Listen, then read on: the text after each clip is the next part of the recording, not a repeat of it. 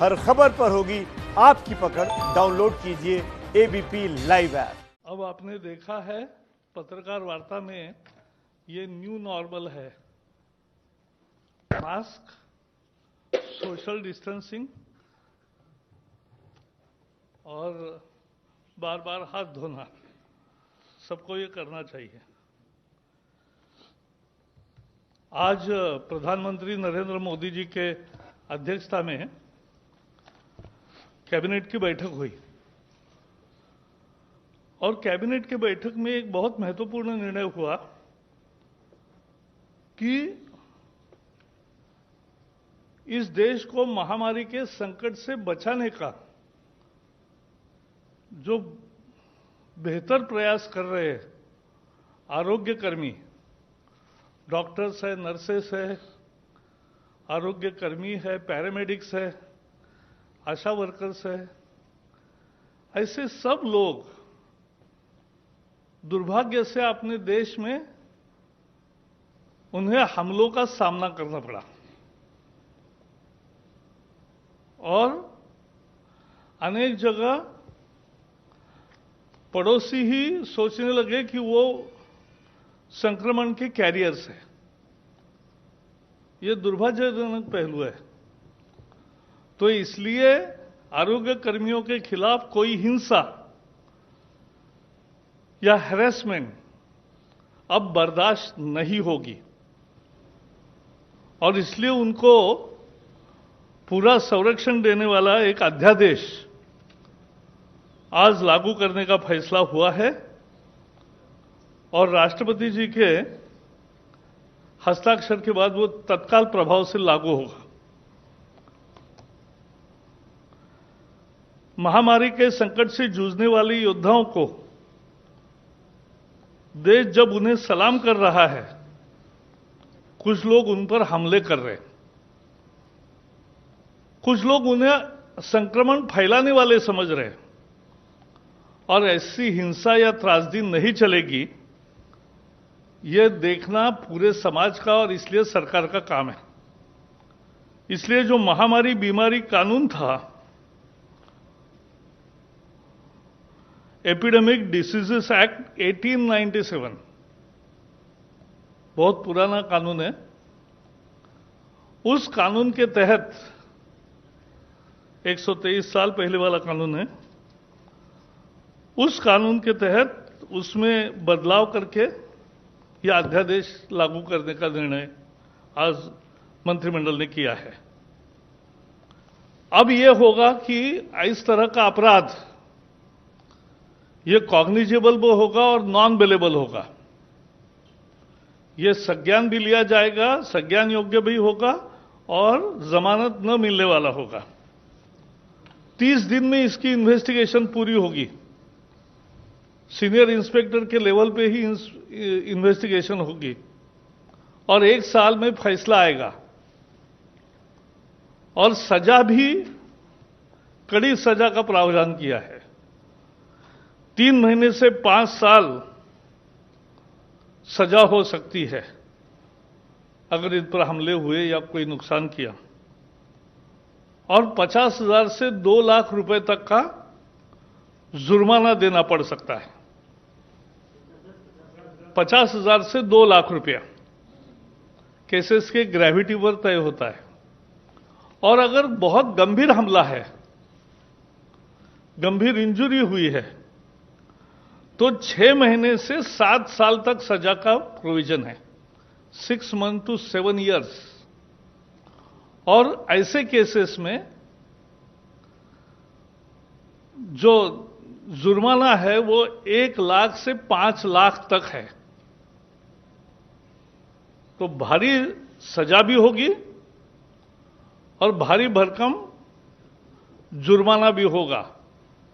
संदेश साफ है, डॉक्टर और आरोग्य कर्मियों पर हमले बर्दाश्त नहीं होंगे।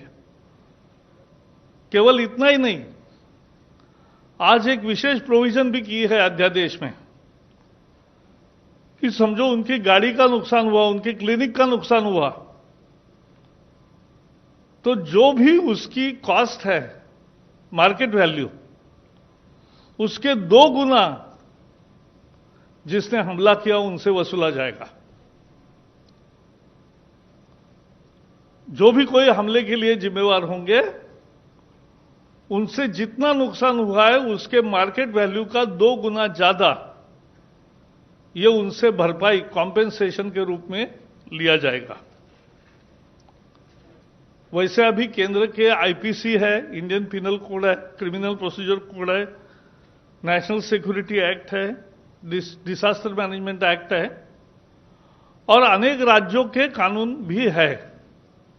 लेकिन फिर भी सबकी मांग भी थी कि देश भर का कानून बने और इसलिए आज पूरे देश में लागू होने वाला अध्यादेश आज लागू किया है। डॉक्टर अब, क्योंकि कोविड का संकट ये गंभीर संकट है, इसमें बिना टेंशन डॉक्टर और आरोग्य कर्मी काम कर सके, ना उनके साथ कोई हमला होगा, ना उनके साथ कोई जाति होगी, इस तरह की व्यवस्था अब कायम होगी। आपको पता है मोदी सरकार ने ये महामारी का संकट आने के साथ ही अनेक कदम उठाए और सारे आरोग्य सेवा में लगे हुए सभी कर्मचारी, डॉक्टर से लेकर आशा वर्कर तक, नर्सेस से लेकर स्टाफ तक, पैरामेडिक्स तक से लेकर अन्य लोग भी, इन सबके लिए 50-50 लाख का इंश्योरेंस शुरू किया ताकि मद निश्चिंत होकर आदमी काम कर सके। और इसलिए ये इंश्योरेंस का काम किया। दूसरा एक बड़ा फैसला लिया कि आयुष्मान योजना के लाभार्थी, अभी समझो किसी को कोविड है तो वो कोविड हॉस्पिटल में जाते हैं, वो एम्पैनल्ड हॉस्पिटल के सूची में नहीं है, लेकिन फिर भी उसको ट्रीटमेंट भी मिलेगी और उसका खर्चा भी मिलेगा, उसको पैसे नहीं देने पड़ेंगे। आयुष्मान भारत के जो योजना के जो पीएम जय योजना के जो 50 करोड़ से ज्यादा लोग लाभार्थी है, वो अगर दूसरी बीमारी, कोविड नहीं है, नॉन कोविड बीमारी और नॉन पैनल्ड हॉस्पिटल में अगर अभी जाएंगे तो सरकारी अस्पताल के सर्टिफिकेट से उनका भी ट्रीटमेंट होगा और उसका पैसा नहीं लिया जाएगा। आपको मालूम है इस देश में कोविड हॉस्पिटल नहीं था। कोविड हॉस्पिटल क्यों? दुनिया में नहीं था, अपने ही देश में क्यों? और अब अपने जो हॉस्पिटल्स थे और ये नए कोविड हॉस्पिटल बने 723, इसमें अब 1,86,000 लगभग 2 लाख बेड्स आइसोलेशन के तैयार हो गए हैं। 24,000 आईसीयू बेड्स है और 12,190 वेंटिलेटर्स है। तो ये सेवाओं का विस्तार 3 महीने में किया। भारत में पहली केस 30 जनवरी को हुई, उसके पहले चीन में संक्रमण आया, तभी से प्रधानमंत्री हमें कैबिनेट में भी बताते थे कि ये गंभीर संकट है, ये चुनौती सारे विश्व के सामने आएगी और हमें तैयारी करनी चाहिए। और इसलिए तैयारी में जुट गए। जहां पीपीई की बात है, हमारे यहां एक भी फैसिलिटी नहीं थी।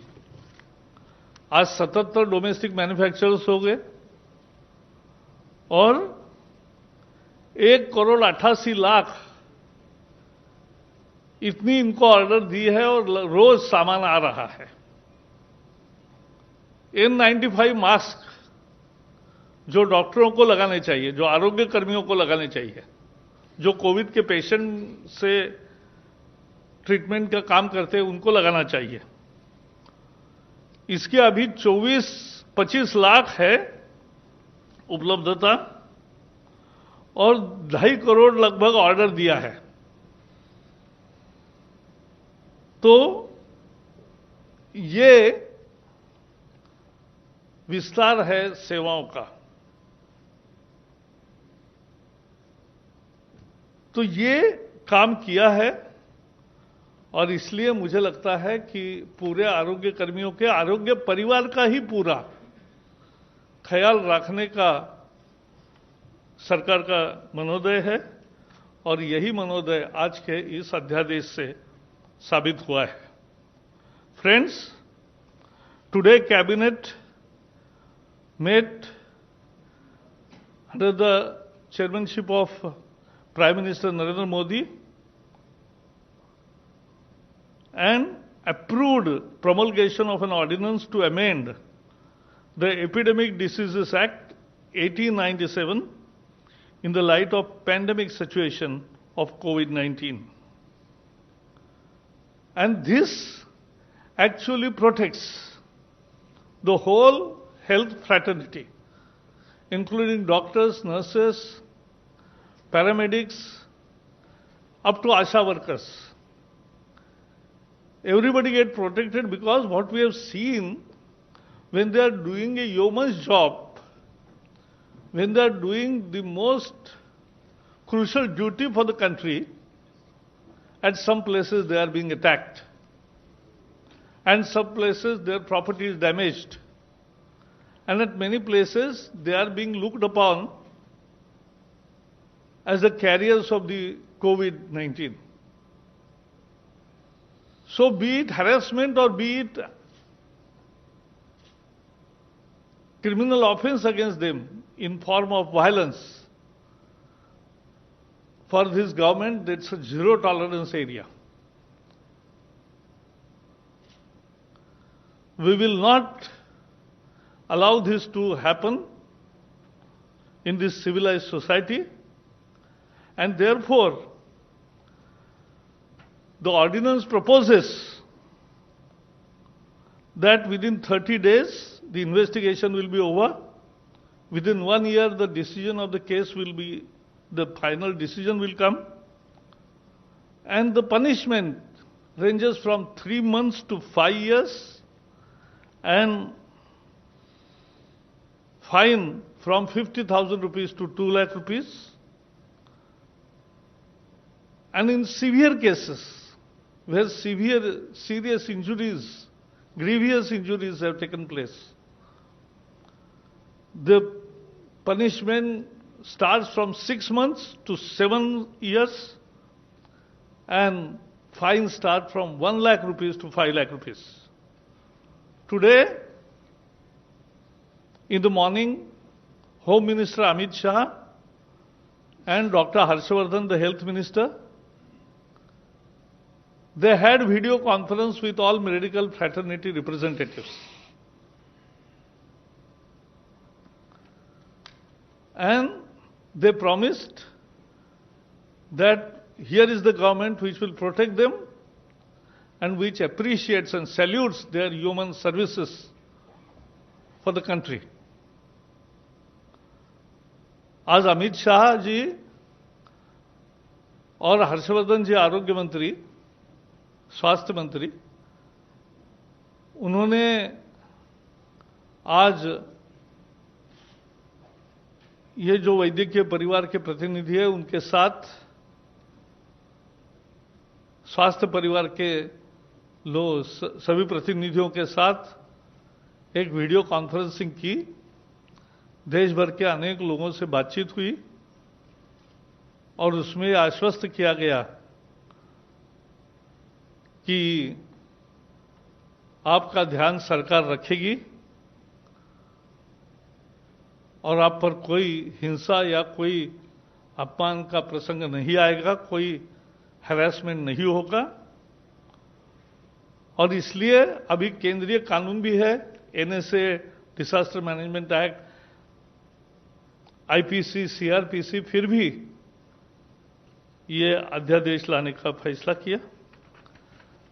And today, as you know, for last 3 months, government is super active on the front of providing best services, and already all the health fraternity has been provided with 50 lakh rupees insurance per head. The difficulties in Ayushman treatment in unimpaneled hospital are also already removed. COVID hospital, which was 0, is now 700 plus. Isolation bed nearly 2 lakh. Ventilators nearly 15,000. PPEs and N95 mask, which was not produced in our country for 70 years, now are produced in our country, make in India. And that is also happening. And ventilators. Friends, there was another decision to increase the subsidy on phosphatic and potassic fertilizers for year 2021. Now, this year, government will incur expenditure in form of subsidy is 22,186 crores. So that's another decision. And phosphatic. There will be The subsidy, which is a regular scheme, this year it will be more than last year, and 22,000 crore, 22,186 crores will be. how much is the increase, sir?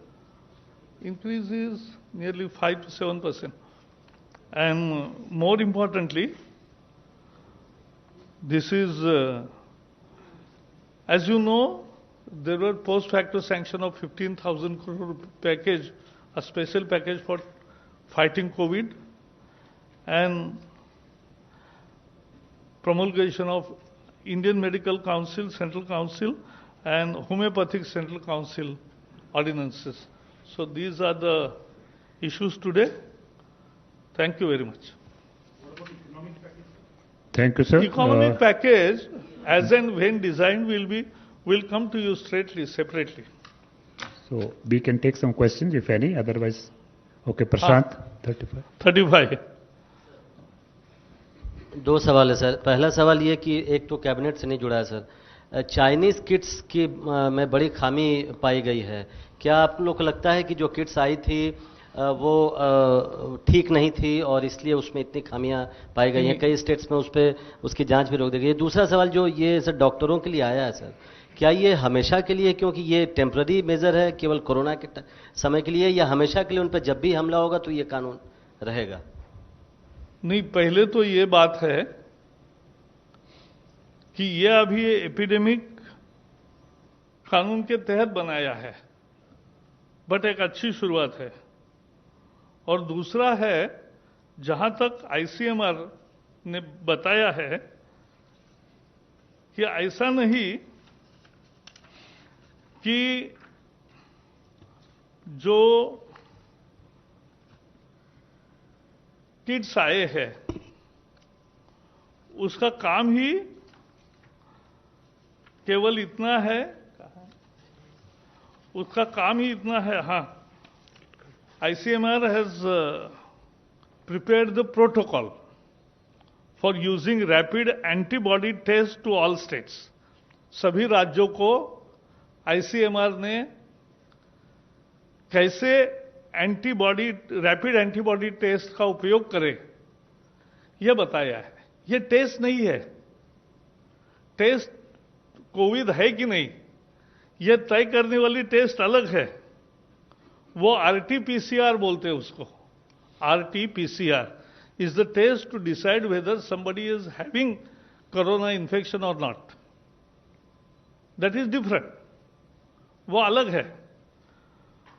और ये जो rapid antibody test है, ये surveillance का tool है. एक तरह से एक हथियार है. लोगों की पहले ही एक बार शिनाख्त हो जाए और दुनिया भर में ऐसा ही उसका उपयोग होता है। और ये देखते हैं कि किसी के शरीर में एंटीबॉडीज तैयार हुए हैं क्या, ये देखते हैं। ये उसका एक लिमिटेड काम है। तो यही लोगों को लगा कि एक खेप में कोई गड़बड़ हुआ या ऐसा मुद्दा नहीं है। ये मुद्दा एंटीबॉडी टेस्ट का उद्देश्य अलग है, वो कोविड तय करने का टेस्ट नहीं है। Mister Ravinder Kumar, please use mic. जमाने के जो कानून था 1897 उसमें जो बदलाव किया गया अध्यादेश द्वारा, क्या उस कानून में डॉक्टरों या नर्सों के ऊपर पहले किसी तरह के हमले में कोई सजा का प्रावधान था या नया प्रावधान है, पहली बार लाया गया? Good question. तो अध्यादेश आने के बाद आपको भी पता चलेगा। ओके, ये 261 सर, जो आपने बताया आईसीएमआर वाला उसी से जुड़ा हुआ है कि आईसीएमआर ने रैपिड टेस्ट पर रोक लगा दी थी, तो अभी स्टेटस क्या है कि अभी क्या जांच के लिए बोल दिया है कि अभी रोक बरकरार है? हाँ, अच्छा होगा। एक नई व्यवस्था के तहत आज दोपहर 4 बजे हेल्थ मिनिस्ट्री का नहीं है, वही तो मैं बता रहा हूं। वही मैं बता रहा हूं कि आज नहीं है। अब व्यवस्था ऐसी होगी कि सोमवार, मंगलवार, गुरुवार, शुक्रवार 4 दिन उनकी प्रेस कॉन्फ्रेंस रहेगी और बुधवार को कैबिनेट का ब्रीफिंग होगा और शनिवार रविवार को प्रेस रिलीज आएंगे ही। तो आज भी आईसीएमआर का प्रेस रिलीज है, आपको मिलेगा। सर 110। प्रकाश जी, मैं मनीष झा हूं TV9 से जी। चूंकि कैबिनेट ने आज हेल्थ को लेकर ही फैसला दिया, तो क्या इस बात पे भी चर्चा हुई? बहुत सारे हॉस्पिटल्स में लगातार पेशेंट कह रहे हैं कि हमें सर्जरी करानी है, हम करा नहीं पा रहे हैं। अलग अलग स्टेट गवर्नमेंट में बहुत कंफ्यूजन है। कोई कह रहा है कि कोविड टेस्ट अनिवार्य नहीं है, कोई कह रहा है कोविड टेस्ट हो सकता है, एम्स की भी ओपीडी बंद है। ऐसा है, एक महामारी जब आती है, पूरे विश्व में अनेक देशों में क्या स्थिति बनी है वो हम देख रहे हैं। भारत की स्थिति तुलना में ठीक है, लेकिन हमारा उद्देश्य तो 0 होने तक का है। और इसलिए शुरू में लोगों को कंफ्यूजन्स हुए, लेकिन रोज 24 आवर्स काम चलता है इस सरकार में। और इसलिए कैबिनेट सेक्रेटरी की सभी चीफ सेक्रेटरीज के साथ रोज वीडियो कॉन्फ्रेंसिंग होती है और उसमें उनको जो भी किसी की दिक्कत होगी या कोई सवाल भी होंगे, उनके सारे उत्तर मिलते हैं। तो अभी मुझे लगता है कंफ्यूजन की स्थिति नहीं है। 55। सर, नीरज हूं न्यूज 18 इंडिया से। जी। चीन ने कहा है कि वो भारत की जो भी शिकायतें रहेंगी उसको देखेगा। चीनी दूतावास का बयान है उनकी प्रवक्ता की तरफ से।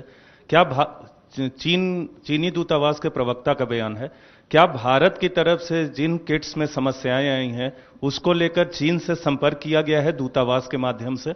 ऐसा है, आप ऐसे सवाल पूछ रहे हैं जो कल के आपके प्रेस कॉन्फ्रेंस में उत्तर मिलेगा या विदेश मंत्रालय उसके बारे में बता सकता है। मैं अपने आज जो आईसीएमआर का प्रेस स्टेटमेंट है, रिलीज है, जो आपको देना है, उसके बारे में मैंने बताया। Mister Sunil Prabhu. Sunil Sir, just you know about because government employees, you all have already taken a pay cut of 30%. We were told that a proposal was given. Is it being kept under wrap or is it been cleared in the cabinet for the 4% withhold of the DNS allowance? And is this only the areas will be paid later when India improves its financial position, or what is the decision on that? हम जो निर्णय लेते हैं, जो बताते हैं, और निर्णय जैसे जैसे होते जाएंगे बताते जाएंगे। अशोक ANI। सर, अभी ये कंफ्यूजन बना हुआ है कि हवाई यात्राएं की शुरुआत कब से होगी, और अगर हो रही है तो इसको लेकर क्या घोषणा और क्या तैयारियां हैं? कोई बेल आउट पैकेज की भी चर्चा चल रही है क्या इस लॉकडाउन के बाद? ऐसा है, अभी हवाई यात्रा कब शुरू होगी इसका कोई फैसला नहीं हुआ है। हाँ, अभी नहीं हो रहा है, तो बाद में कब होगा इसकी ऐलान समय पर होगा। Thank you friends, thank you very much.